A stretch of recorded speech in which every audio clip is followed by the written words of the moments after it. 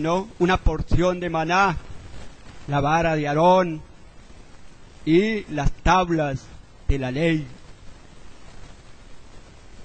Y allí moraba como una representación de la presencia de Dios, indicando que el Dios invisible estaba con Israel, en una relación muy especial con Israel.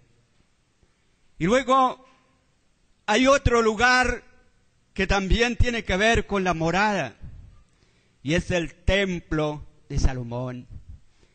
A David en una ocasión le vino al corazón construir una casa para Dios, un templo para ofrecer sacrificios, para alabarle. Tal vez ya lo tenían los dioses paganos, pero el pueblo de Israel no. Dios no le concedió a David edificar el templo, pero sí le permitió hacer preparativos. Y ya entonces, en el reinado de su hijo Salomón, construyen el templo. Y él mismo reconoce que en ese templo no estaba Dios ahí encarcelado, que no podía salir.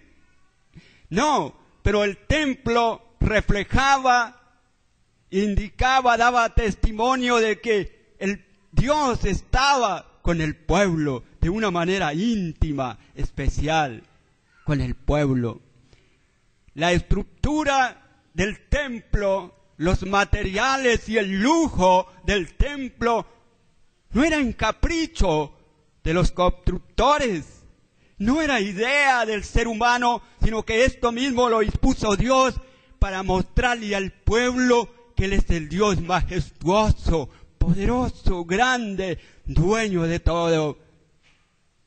Y eso algo representaba el templo, morada. Pero tenemos también el cielo, más allá de lo físico, más allá donde están las estrellas, qué lugar donde está el trono de Dios, donde el Señor dijo, en casa de mi Padre hay muchas moradas para vosotros, y si no hubiera nada yo les hubiera dicho, voy a prepararlas, pero ya están. Esa morada, el cielo, la nueva Jerusalén, esa morada tan gloriosa, tan grande, tan esplendorosa, donde mora Dios Padre, Hijo y Espíritu Santo, y la iglesia tan esplendorosa, allí donde vamos a estar, mucho más lujosa, mucho más grande que cualquier lugar de la tierra. Pero hay un lugar donde también es muy sobresaliente, y para nosotros es algo muy importante, y es los creyentes, la morada sobresaliente del Señor. La iglesia, cada miembro de la iglesia, habitado por Dios Padre, Dios Hijo y Dios Espíritu Santo. Y no crea que el Espíritu Santo es menos glorioso que el Padre y menos glorioso que el Hijo. Es el glorioso Dios habitándonos, controlándonos. Esa morada en nuestros cuerpos frágiles, pero que Dios los usa, todo nuestro ser, para su morada. Y de eso es que queremos reflexionar acerca de la morada del Espíritu Santo en los creyentes. Lo que incluye la morada del Espíritu Santo en los creyentes incluye la relación familiar íntima del Espíritu Santo con los creyentes. Conocer al Espíritu Santo es estar en relación activa y familiar. No equivale a tener una experiencia visual a través del sentido de la vista o del tacto. Eso no es, porque es invisible. Sí, es espíritu, pero va más allá. Es una relación personal, real, con el Espíritu. Leamos la palabra. El Espíritu de verdad, el cual el mundo no puede recibir porque no le ve ni le conoce, pero vosotros le conocéis porque mora con vosotros y estará en vosotros. Aquí conocer tiene que ver con esa relación especial que establece el Espíritu Santo. No equivale a haberlo visto. Más allá de eso, es esa relación íntima con el Espíritu. Y es una relación familiar, una relación muy especial, muy íntima. Incluye también la morada del Espíritu Santo, un cambio de relación del Espíritu con los creyentes. Porque esto es muy importante verlo, cómo el Espíritu se relacionaba con los creyentes del Antiguo Testamento y aún con los mismos apóstoles. ¿Sí? Eso es interesante. Antes era temporal la morada del Espíritu Santo en los creyentes. Y mire el Salmo 51:11, no me eches delante de ti y no quites de mí tu Santo Espíritu. ¿Quién está temeroso de que el Espíritu se fuera de él? Ah, David. ¿Y por qué? Y había metido la pata. ¿Sí? Entonces, pero el texto a lo que hoy en día era que él dice no eches porque el Espíritu podía retirarse por causa de pecado o porque Dios lo había puesto por un tiempo determinado o porque también había puesto el Espíritu Santo en un siervo para que hiciera una tarea y la tarea se cumplió, se acabó el trabajo y entonces se retiraba. ¿Sí? O porque el Señor dice hasta aquí se lo dejo. ¿Sí? Esa era la manera de relacionarse el Espíritu Santo con los creyentes del Antiguo Testamento. Por más espirituales que fueran, David era conforme al corazón de Dios, pero estaba limitado el Espíritu Santo al tiempo, al propósito. Antes no estaba en todos los creyentes, inclusive se podía pedir. Mire lo que dice la palabra. ¿Leen conmigo? Pues si vosotros siendo malos sabéis dar buenas dádivas a vuestros hijos, cuánto más vuestro Padre Celestial dará el Espíritu Santo a los que se lo pidan. ¿Se puede pedir hoy en día el Espíritu Santo? ¿Se debe? Entonces este versículo no es aplicable para hoy. No, en el sentido de que ya el Espíritu está morando, pero en este caso el versículo era aplicado antes de la venida del Espíritu Santo, ¿no? Entonces a lo que leemos el versículo, ¿no tiene una enseñanza para nosotros? Sí, nos recuerda qué privilegio tan grande el de nosotros que no tenemos que pedirlo en ningún momento, no tuvimos que pedirlo, nada, el Señor nos lo dio y nunca nos va a ir, jamás vamos a tener que pedirlo, eso es maravilloso, ¿sí? Entonces, eso es importante, todo texto es aplicable, pero hay que saberlo aplicar, ¿sí? Muy bien. Incluye la permanencia del Espíritu Santo en los creyentes de manera personal y para siempre. Estamos viendo lo que incluye, ¿no? La morada del Espíritu Santo. No es solo vivir, la idea no es que se metió dentro de nosotros, más allá, ¿sí? Es una relación. Es algo interesante, mire, la presencia del Espíritu Santo para siempre indica que la morada del Espíritu es un estado continuo. Estamos habitados por el Espíritu. Eso es. Estamos habitados continuamente, ese es un estado. ¿Sí? ¿Leemos? Y yo rogaré al Padre, y os dará otro consolador para que esté con vosotros para siempre. ¿Por qué? Porque no estaba todavía para siempre en los creyentes. Yo rogaré, había un tiempo indicado, inclusive Dios había preparado un día de fiesta muy especial, una ciudad, un grupo de personas llamados los cristianos, un momento ideal en la mañana, porque la Biblia dice que era la hora de la mañana, todo lo había preparado Dios para poner su espíritu de manera continua en la iglesia. ¿Sí? Entonces, eso es la presencia continua. Morada lleva la idea de eso, de una casa que no se está moviendo. De ahí que las casas antes empezaron siendo portátiles, ¿no? O móviles, porque como eran una carpa, ¿no? Y entonces se recogía la carpa y uno se la podía llevar, ¿no? Y allá se plantaba. La tierra empezando, pues no tenía esos linderos hoy en día, ¿no? Hoy en día no se puede pasar, ya todo está, pero uno ponía lo que se llamaba ya tienda, para nosotros hoy en día conocido como carpa, ¿sí? Y entonces, eso era interesante, ¿no? Pero ya vinieron las casas, donde ya entonces el habitante no podía estarse moviendo tan fácilmente, tenía que estarse ahí, eso le daba más estabilidad, porque cómo se lleva la casa, ¿no? Ya construcciones más sólidas, más fuertes.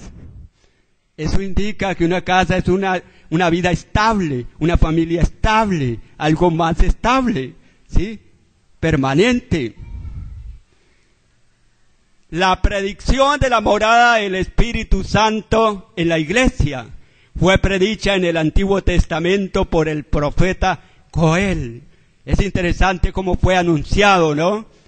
Leemos: y después de esto derramaré mi espíritu sobre toda carne, y profetizarán vuestros hijos y vuestras hijas, vuestros ancianos soñarán sueños, y vuestros jóvenes verán visiones, y también sobre los siervos y sobre las siervas derramaré mi espíritu en aquellos días.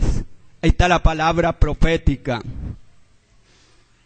Después de esto y en aquellos días se está refiriendo al tiempo de la venida del Espíritu Santo a la iglesia para quedarse. ¿Sí? Estas expresiones están indicando que se está refiriendo a aquel día en que vino el Espíritu Santo, el día de Pentecostés. Derramaré mi espíritu indica exponer o extender la presencia personal del Espíritu Santo en todos los creyentes. Este verbo derramar indica que es algo, dice, derramaré sobre toda carne. Sobre toda carne no está diciendo que el Espíritu venía sobre todos los seres humanos. No, aquí se está refiriendo sobre todos los creyentes. Que no iba a quedar un solo creyente sin el Espíritu. Por eso el término derramar indica la extensión personal, ¿sí? Que se extiende a todos los creyentes. Cosa que en el Antiguo Testamento no. Por eso no se habla de derramar en el Antiguo Testamento, que fue derramado en los creyentes. Porque en unos estaba y en otros no. Pero ya para la iglesia indica que abarcó todos los creyentes. No queda ni uno solo. Es el término de derramar. ¿Sí? Se extendió la presencia personal del Espíritu Santo a todos los creyentes. No está diciendo que es una sustancia, que es un líquido, no. Eso no está indicando el término. Jesucristo predijo la morada del Espíritu Santo en los creyentes para que esté para siempre. Indica la presencia inseparable del Espíritu Santo en los creyentes. Nunca se va a separar el Espíritu de los creyentes. Y yo rogaré al Padre, y os dará otro Consolador para que esté con vosotros para siempre, el Espíritu de verdad, al cual el mundo no puede recibir porque no le ve ni le conoce, pero vosotros le conocéis porque mora en vosotros y estará en vosotros. Esa promesa tan bonita, tan grande del Señor, ¿no? Otro Consolador. Y un Consolador aquí quiere decir uno que va a estar haciendo compañía permanentemente, ¿sí? Uno que va a estar ahí ayudando, pero no solamente un ayudador, sino uno que nunca se va a separar, que siempre va a contar con él, ¿sí? Que va a estar a tu lado por siempre. Esa es la idea del Consolador. El cumplimiento de la predicción, el día de Pentecostés. Cuando llegó el día de Pentecostés estaban todos unánimes, juntos, ¿Cuáles son esos todos? Los creyentes, como unos 120, ¿sí? Y se le aparecieron lenguas repartidas como de fuego, asentándose sobre cada uno de ellos. Y fueron todos llenos del Espíritu Santo y comenzaron a hablar en otras lenguas, según el Espíritu les daba que hablasen. Entonces, ese día de Pentecostés, ya saben que es el día de Pentecostés, ¿no? ¿Qué era ese día? Una fiesta de los judíos, de acción de gracias, ¿no? Una fiesta de acción de gracias y que era celebrada. Se llamaba Pentecostés porque era 50 días después de la Pascua. Penta quiere decir 5 o 50. Entonces, 50 días después de la Pascua se celebraba esa fiesta, por eso se llama Día de Pentecostés, ¿sí? Entonces, ese día fue el cumplimiento. ¿Pasamos? El cumplimiento de la predicción, el día de Pentecostés. Entonces, pasamos. El inicio, bueno, ahí hay una parte donde hay señales, ¿no? Pero vamos a hablar, sí hay, pasamos al inicio. Señales que evidencian el inicio de la morada. Entonces, vamos a ver en el tercer lugar, retroceda un poquito. Ahí. El inicio de la morada del Espíritu Santo en los creyentes.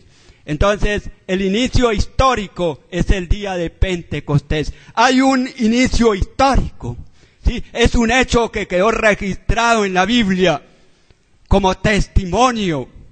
Y ese registro histórico está en la Biblia. Algo que aconteció y no se va a repetir, pero que tiene un efecto constante, ¿sí? Entonces, el inicio histórico es el día de Pentecostés. Este inicio es irrepetible, su forma y sus señales. Hubo unas señales, hubo una forma, hubo un día especial, el día de Pentecostés, que no se ha vuelto a repetir, ni se va a repetir. Es único. Por eso es el inicio histórico. Entonces, leemos. Mas esto es lo dicho por el profeta Joel, y en los postreros días, dice Dios, derramaré de mi espíritu sobre toda carne, y vuestros hijos y vuestras hijas profetizarán, vuestros jóvenes verán visiones, y vuestros ancianos soñarán sueños. Esto ya se cumplió en los días de la venida del Espíritu Santo. En los días de los primeros cristianos ya se cumplió. Entonces, señales que evidencian el inicio de la morada del Espíritu Santo en los creyentes. Una de ellas, ¿cuál es? Un estruendo de un viento recio. O sea, eso es una señal, ¿no?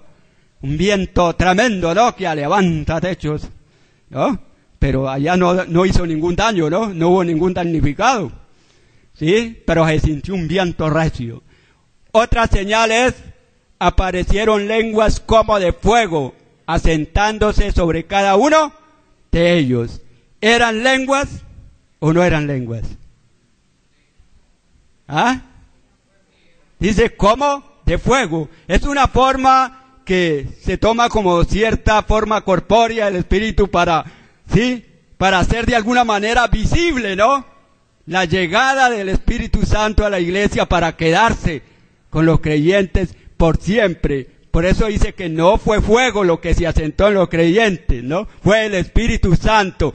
No fue una lengua realmente de fuego, fue el Espíritu Santo, pero que se vio como una especie de fuego para que se pudiera, sí, tener la señal, ¿sí? Pero no fue fuego. Por eso el Espíritu Santo no es fuego. Algunos dicen, quémeme más, quémeme más. El Espíritu Santo no es fuego. Es una persona y no hace daños físicos, ¿sí? Entonces, los creyentes fueron llenos del Espíritu Santo y hablaron otras lenguas. Esa es otra señal. Todos llenos, ¿sí? Entonces, con la presencia del Espíritu Santo, con el control, con la guía, se manifiesta el Espíritu Santo y hablan los idiomas de las colonias que habían en Jerusalén. Porque en Jerusalén había muchas colonias habitantes de otros pueblos, de otras naciones, ¿no? De otros países de Asia, ¿sí? Del continente de Asia. Y estaban ahí, por eso dice que habitantes, ¿no? Y había también judíos prosélitos, o sea, de otros que se habían convertido al judaísmo, a los judíos, porque en ese entonces no había judaísmo, ¿no? Entonces, esa fue una señal que ellos hablaban esos idiomas sin estudiarlos, ¿sí? Pero por la manifestación del Espíritu Santo. Otra señal es que Pedro afirmó que era el cumplimiento de la predicción del Antiguo Testamento por el profeta Joel sobre el cambio de la relación del Espíritu Santo con los creyentes.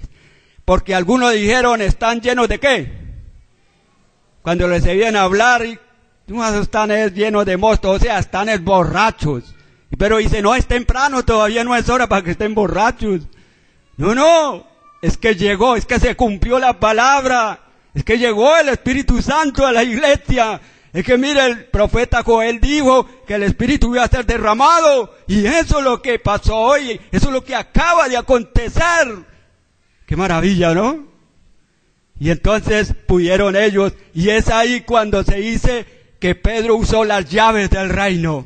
O sea, dio el primer mensaje evangelístico, la primera predicación de manera oficial y a los cuatro vientos, a toda criatura del Evangelio, fue ese día, el día de Pentecostés. Y hubo un gran número de convertidos, y todo eso es señal de la morada del Espíritu Santo. Como empezó, ¿sí?, la morada del Espíritu en la iglesia, convenciendo con conversiones, con señales, que no podemos dudar hoy en día, decir sí, realmente el Espíritu mora en la iglesia, porque hay señales que nos convencen. El inicio, entonces, el otro inicio, aparte del inicio histórico, que es el día de Pentecostés, tenemos el inicio acondicionado al oír y creer en el Evangelio, que es la palabra de verdad. Este inicio también es muy importante. ¿Por qué? Este inicio es permanente a partir del día de Pentecostés. ¿Por qué? Porque entonces el Espíritu se va posesionando, va habitando a todo aquel que va oyendo la palabra, que va creyendo, que va siendo creyente, entonces el Espíritu lo va habitando.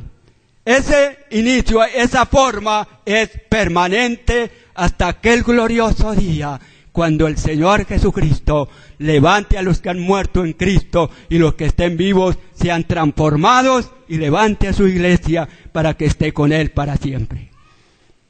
Esa es la forma. Después del día de Pentecostés está condicionado a creer, a oír la palabra y a creer. Y de esa manera es como el Espíritu entonces empieza a morar en un creyente. Leemos la palabra: el que cree en mí, como dice la Escritura, de su interior correrán ríos de agua viva. Y esto dijo el Espíritu que habían de recibir los que creyesen en Él, pues aún no había venido el Espíritu Santo, porque Jesús no había sido aún glorificado. En Él también vosotros, habiendo oído la palabra de verdad, el Evangelio de vuestra salvación, y habiendo creído en Él, fuiste sellados con el Espíritu Santo de la promesa. Esta es la forma, entonces, oír, creer, es como se recibe el Espíritu Santo. Ya no es un día de Pentecostés, ya no van a ver las señales allí visibles, ¿no? Pero lo importante es que va a haber un cambio en nuestras vidas, porque más adelante vamos a ver beneficios, ¿no?, de qué ocurre cuando el Espíritu mora en el creyente. Oír es recibir con el sentido del oído el mensaje de la palabra, y es aceptarlo y obedecerlo. Eso incluye oír, ¿sí? Otra de las cosas, creer en el Evangelio es tenerlo por cierto, porque es la palabra de Dios, ser convencido por Dios y obedecer el mensaje. Eso es creer. Creer es cuando Dios nos convence, ¿sí? Esa es la idea. Pero también cuando obedecemos, el mismo Dios nos lleva a obedecer el mensaje. Eso es creer. Todo creyente tiene el Espíritu Santo morando después del día de Pentecostés. ¿Leemos este texto? Mas vosotros no vivís según la carne, sino según el Espíritu, si es que el Espíritu de Dios mora en vosotros, y si alguno no tiene el Espíritu de Cristo, no es de él, o sea, no es de Dios. Y esto es muy importante, ¿no? ¿Cuán importante es la morada del Espíritu Santo en la iglesia? Eso es algo primordial, porque sin ello no hay nada, absolutamente nada. No hay salvación, no hay relación con Dios, no hay nada, se está condenado. Cuán importante es, ¿no? La presencia del Espíritu Santo, la morada. Beneficios inmediatos de la morada del Espíritu Santo en los creyentes.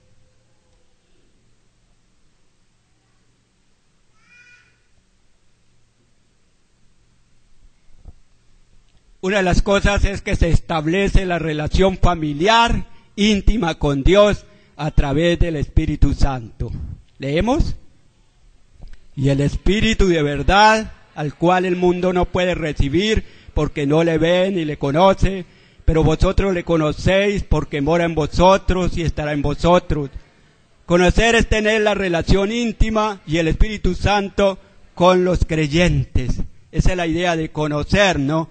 No es la idea de ver con los ojos humanos, sino de una relación que se establece con el Espíritu, obviamente con el Padre y con el Hijo, ¿no? Porque nos habitan, ¿no? Entonces, esa relación familiar, como en una familia, ¿no?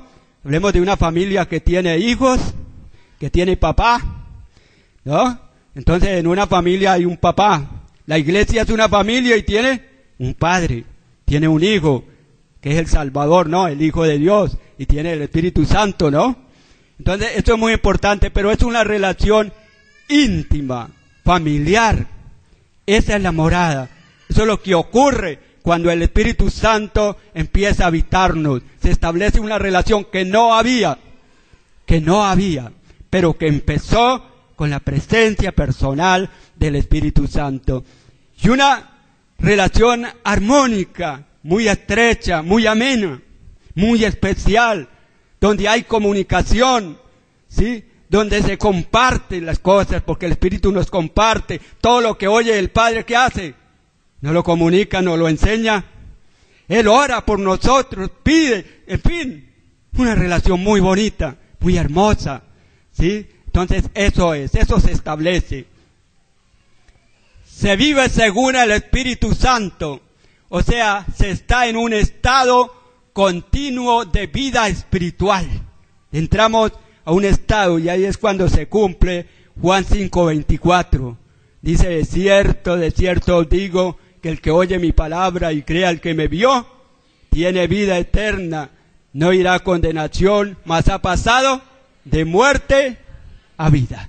Cuando el Espíritu Santo empieza a habitarnos, pasamos de muerte a vida en Cristo Jesús. Esa es la realidad. Entonces, mas vosotros no vivís según la carne, sino según el Espíritu, si es que el Espíritu de Dios mora en vosotros, y si alguno no tiene el Espíritu de Cristo, no es de él. Hasta el versículo 12 está hablando de lo que es el estado de vida otorgado, el estado de vida espiritual otorgado por el Espíritu Santo. Luego ya del versículo 12 en adelante empieza lo que es la manifestación de esa vida por el Espíritu. O sea, que uno que tiene vida por el Espíritu Santo no vive satisfaciendo los deseos de la carne, ¿sí? Sino haciendo las cosas que son del Espíritu, porque dice, si vivís por el Espíritu, no satisfagáis los deseos de la carne, porque el que vive por la carne morirá, ¿sí?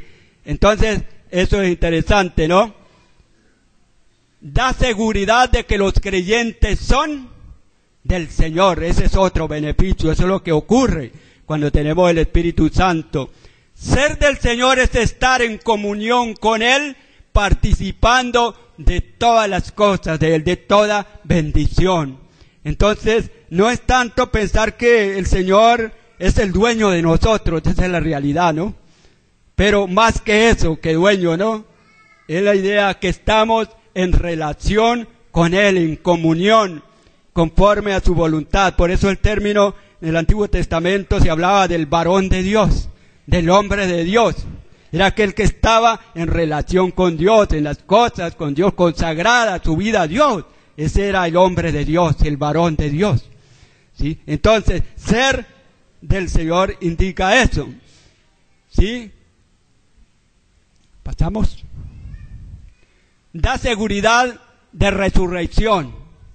Romanos 8:11. Y si el Espíritu de aquel que levantó a los muertos, a Jesús, mora en vosotros, el que levantó a los muertos, a Cristo Jesús, vivificará también vuestros cuerpos mortales por su Espíritu que mora en vosotros. La morada del Espíritu Santo incluye también la resurrección del cuerpo. Todo el que haya tenido el Espíritu Santo morando para siempre, tiene promesa de la resurrección del cuerpo, ¿no? Del cuerpo ya no es el mismo, pero aquí dice que por el Espíritu Santo vamos a recibir la resurrección, los que han muerto en Cristo Jesús. Entonces, eso es muy importante. Todo el que es habitado por el Espíritu Santo tiene segura la resurrección. Esa es la realidad. Entonces, ese es un beneficio, ¿sí? Maravilloso. Pasamos. Con la morada del Espíritu Santo los creyentes son guiados a toda la verdad. Otro beneficio, ¿no? Otra bendición grande. Guiar es conducir hacia la verdad y hacer saber la verdad revelada en su palabra. O sea, nos conduce a la verdad, nos pone en la verdad. ¿Sí? Esa es la verdad, ¿sí? Y las cosas que han de venir se refiere a lo que estaba siendo revelado, incluyendo el Apocalipsis. Leamos los versículos para poder entenderlo de arriba, ¿no? Pero cuando venga el Espíritu de verdad, Él os guiará a toda la verdad, porque no hablará por su propia cuenta, sino que hablará todo lo que oyere y os hará saber las cosas que habrán de venir. Entonces se refiere a la revelación que está completándose, ¿sí? Inclusive las cosas que han de venir, ¿a qué se está refiriendo? ¿A cuál libro? Al Apocalipsis, ¿sí? Ya está todo revelado. Y Él es el que nos guía a esa verdad. Y por el Espíritu fue que se habló a las iglesias. Entonces mire lo importante, ¿no? Lo importante que es que la morada del Espíritu nos guía a la verdad. Nos ha puesto en esa verdad y nos lleva al entendimiento. ¿Qué es la verdad? Lo que Dios dice. Lo que Dios nos enseña, la palabra de Dios, esa es la verdad, no hay otra verdad. Claro, Dios es la verdad, ¿no? Dios es verdad, ¿sí? Pero lo que Él dice, su palabra, esta es la verdad, ¿sí? No hay otra verdad. Se le llama verdades a la palabra de Dios, a lo que enseña Dios. Eso es lo que se le llama verdad, en el sentido espiritual. Otra de las cosas es que la morada del Espíritu Santo santifica a los creyentes. Y esto es muy importante, ¿no? Santifica a los creyentes. Leemos 1 Corintios 6:19. ¿O ignoráis que vuestro cuerpo es templo del Espíritu Santo, el cual está en vosotros, el cual tenéis de Dios y que no sois vuestros? Porque el Espíritu Santo es santo. Por esa razón nos santifica. Dios es santo y donde Él está, santifica. ¿Sí? Entonces, eso es muy importante. Él es santo, entonces su presencia, su morada nos santifica, porque el cuerpo ha sido consagrado al Espíritu Santo como su habitación. Un templo en el sentido espiritual es lo que está dedicado o apartado para el uso exclusivo de Dios.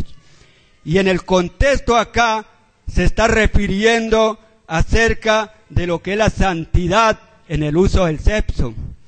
Y ya hablando de que los templos no idolátricos, por eso la iglesia en Corinto, y en Corinto había, ¿no?, los ritos, los cultos paganos a los dioses, por ejemplo a la diosa que era de Éfeso, Diana, ¿no?, Diana de los Efesios, que la representaban llena de pechos, ¿no?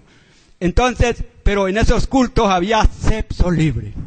Eso era un ritual, eso era parte de la ceremonia cúltica, ¿sí? Entonces, Tal vez algunos creyentes de los Corintios habían participado de ese tipo de culto perverso, pervertido, ¿sí? Pero ya para ver que el creyente es templo del Espíritu Santo, indica es que no solamente en la casa, no es solamente donde vive el Espíritu Santo, sino que en el contexto es que nuestros cuerpos, Dios los apartó para el uso exclusivo de Él. Es decir, Él ha determinado el uso de nuestro cuerpo. Eso no lo hacemos nosotros. Él ha dispuesto que nuestro cuerpo sea para la habitación de Él, ¿sí? Y que por ser de la habitación de Él no debe de haber intimidad, inclusive intimidad sexual en el acto, porque la relación con el Señor se ilustra con una relación sexual, porque hay intimidad, ¿sí? Y por eso dice, uniré los cuerpos, ustedes con los de una ramera, los miembros. No, eso no puede ser, porque el que se une al Señor es un espíritu con Él, ¿sí? Entonces, nuestro cuerpo es para la intimidad de Dios, y por eso ese es el uso que Dios le ha dado, ¿sí? Y por eso más adelante dice huir de la fornicación.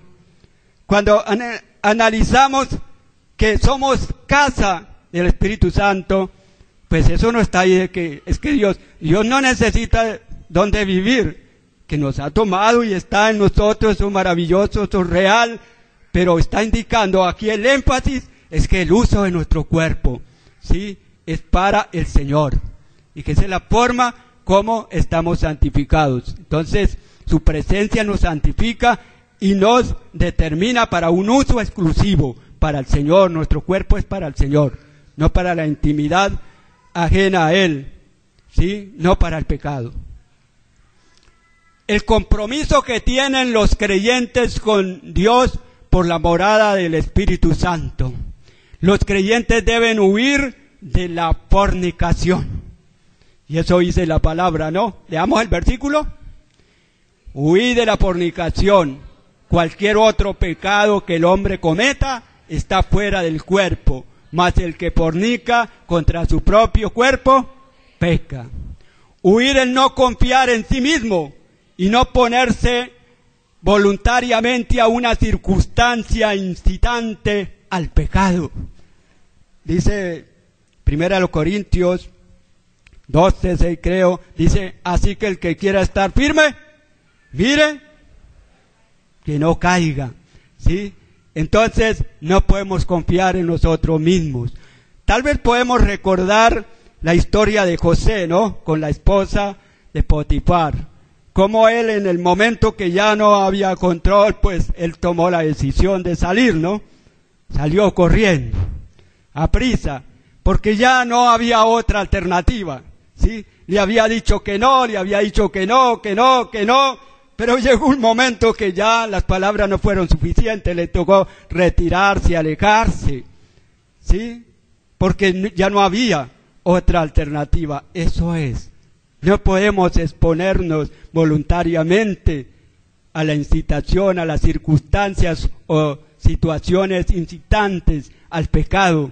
Hay que correr, no somos lo suficientemente fuertes, no importa cuánto tengamos en el Evangelio, ¿no? No, nuestra carne es débil. El espíritu está dispuesto a la verdad, pero la carne es débil, se deja dominar fácilmente, ¿sí? Por eso hay que depender del Señor siempre y obedecer su palabra, porque Él nos aparta. Cuando dice oír, es ahí donde el Señor está cuidando de nosotros, nos está diciendo, no, salga, corra, porque no puede resistir. Esa es la enseñanza, el mandato del Señor. ¿Sí? Entonces somos casa del Espíritu Santo, tenemos que cuidarnos en esa parte, porque es así como glorificamos a Dios. Entonces los creyentes no deben ignorar que son templo del Espíritu Santo. No ignorar es no dejar de darle importancia a lo que se tiene y se conoce, porque eso indica, ¿no? Pero también un templo en el sentido espiritual es lo que está dedicado o apartado para el uso exclusivo de Dios. Entonces, ignorar es la idea de darle importancia, pero a través de los hechos, ¿sí? Por eso dice huir de la fornicación. Es ahí como estamos reconociendo, cuando con hechos estamos santificando nuestro cuerpo. Los creyentes no deben ignorar que el Espíritu Santo está y lo tenemos. No ignorar es reconocer con hechos que realmente el Espíritu Santo mora en nuestro cuerpo. Huir de la fornicación. Cualquier otro pecado que el hombre cometa está fuera del cuerpo, mas el que fornica contra su propio cuerpo, peca. Cuando nos abstenemos de este pecado estamos reconociendo, ¿sí? Estamos reconociendo, no estamos ignorando que somos para el uso exclusivo, que la presencia personal del Espíritu Santo está en nosotros, ¿sí? Eso es. Los creyentes deben glorificar a Dios con sus cuerpos o en sus cuerpos. ¿Leemos el versículo? Porque habéis sido comprado por precio, glorificar pues a Dios en vuestro cuerpo y en vuestro espíritu, los cuales son de Dios. Glorificar es dar alabanza, hacer resplandecer. Tal vez nuestros cuerpos no van a resplandecer, ¿no? Porque nos tocaría echarnos, ¿qué? Como alguna pintura, ¿no? Algo que nos, ¿sí? Humanamente no. Pero ¿sabes que nosotros resplandecemos espiritualmente ante el Señor? ¿Cuándo? Cuando nos guardamos el pecado, especialmente el pecado sexual. ¿Sí? ¿Por qué? Porque eso es lo que resplandece espiritualmente, eso es lo que agrada al Señor, lo que exalta y reconoce la majestad de Dios. ¿Sí? En ese sentido, somos resplandecientes, ¿sí? Espiritualmente. Glorificar a Dios con el cuerpo es reconocer y aceptar que el cuerpo de los creyentes fue consagrado para el uso exclusivo de Dios mediante un rescate con precio. Estábamos cautivos, pero el Espíritu Santo tomó el control ahora de nuestros cuerpos, tomó el control de nuestra vida. Jesucristo dio el precio que había que dar por esa libertad, ¿sí? Y ahora entonces, eso es reconocer que el cuerpo es para el uso exclusivo del Señor. No se le puede dar uso de intimidad como la relación sexual, porque la intimidad le pertenece al Señor. Con quien tenemos que tener intimidad aún espiritualmente es con el Señor, ¿sí? Pero ya no con el pecado. Un repaso, ¿de qué se trató el tema? La morada del Espíritu Santo, ¿por cuánto tiempo? ¿Cuántos creyentes tienen el Espíritu Santo? ¿Y si cometen algún pecado? El Espíritu no se va, pero se ofende, ¿sí? Por eso no hay que pecar, ¿no? Muy bien. Repasamos tantico. La morada del Espíritu incluye la relación familiar, el cambio de relación, la permanencia personal y continua. Eso incluye la morada. La predicción de la morada del Espíritu. En el Antiguo Testamento, en el Antiguo se predijo, ¿no? Y también por Jesucristo. El inicio de la morada del Espíritu Santo. Entonces, inicio histórico, el día de Pentecostés. Inicio condicionado, oír y creer en el Evangelio. ¿Cuándo empieza el Espíritu Santo a morar en un creyente? ¿Cuándo? Cuando oyó la palabra y cuando creyó, ¿no? Cuando empezó a ser creyente. Ahí no va a haber otro día de Pentecostés. Eso ya no va a haber, ¿sí? Beneficios inmediatos de la morada del Espíritu Santo. ¿Qué beneficios tenemos? Se establece la relación familiar, se vive según el Espíritu, se está en un estado de vida espiritual, da seguridad de que los creyentes son del Señor, da seguridad de resurrección, la guía del Espíritu Santo, santifica a los creyentes. Todos esos son beneficios maravillosos, ¿sí? El compromiso de los creyentes por la morada del Espíritu Santo. ¿Qué tenemos que hacer? Huir de la fornicación, no ignorar que son templo, no ignorar que el Espíritu está en los creyentes, glorificar a Dios con el cuerpo. Esa es la reacción que debe haber en la iglesia, en cada uno de nosotros. Démosle la gloria a Dios por la morada del Espíritu. La gloria sea para el Señor. Padre, te damos gracias. Muchas gracias, Señor. Honramos tu presencia, la reconocemos y la proclamamos, Señor.